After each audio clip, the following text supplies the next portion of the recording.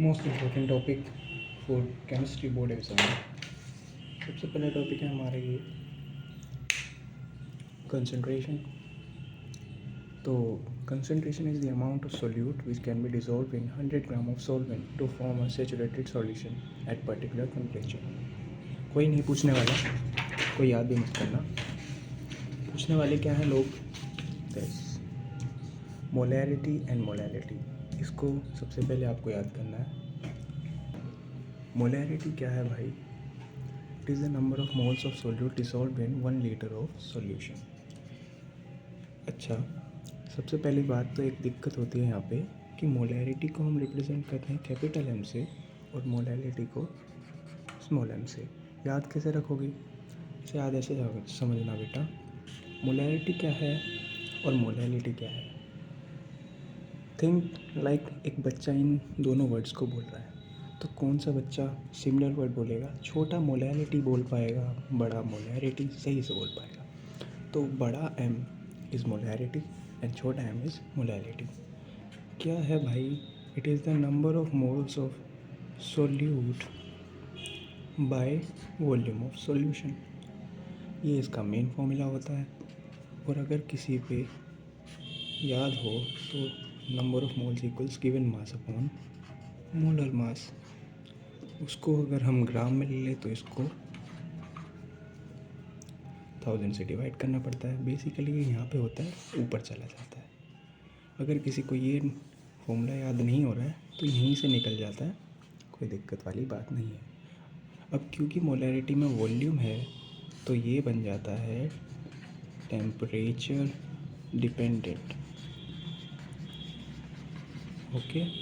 और मोलैलिटी क्या है भाई? Number of moles of solute by mass of solvent. तो इसको अगर मैं एक्सपेंड करूँ तो given mass of solute upon molar mass of solute bye given mass of solvent.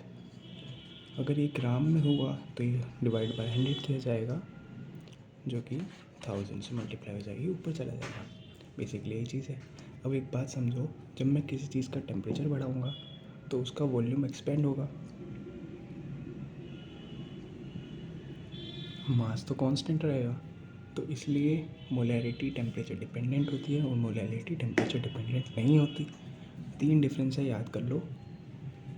इसकी यूनिट होती है भाई, अगर किसी में थोड़ा सा कॉमन सेंस है तो वो देख पाएगा, मोलैरिटी बाय लीटर, मोल पर लीटर, एंड इसका मोल पर केजी।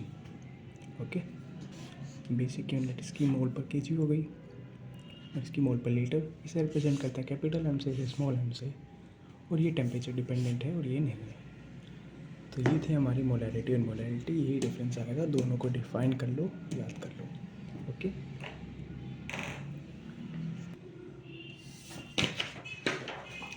नेक्स्ट चीज़ है मोल फ्रैक्शन। मोल फ्रैक्शन में क्या है भाई? It is the number of moles of solute. कोई भी मैथ्स वाला बच्चा है तो उसे आराम से समझ जाएगा। ये हमारा बेस थ्योरम है। बेस थ्योरम में क्या होता है?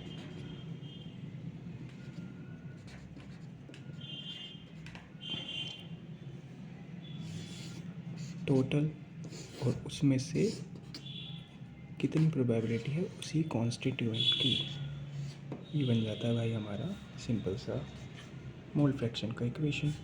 जो भी पूछ रहा है अपॉन टोटल। अब क्या होता है, ये एक और चीज़ के बराबर हो सकता है, वो है हमारा,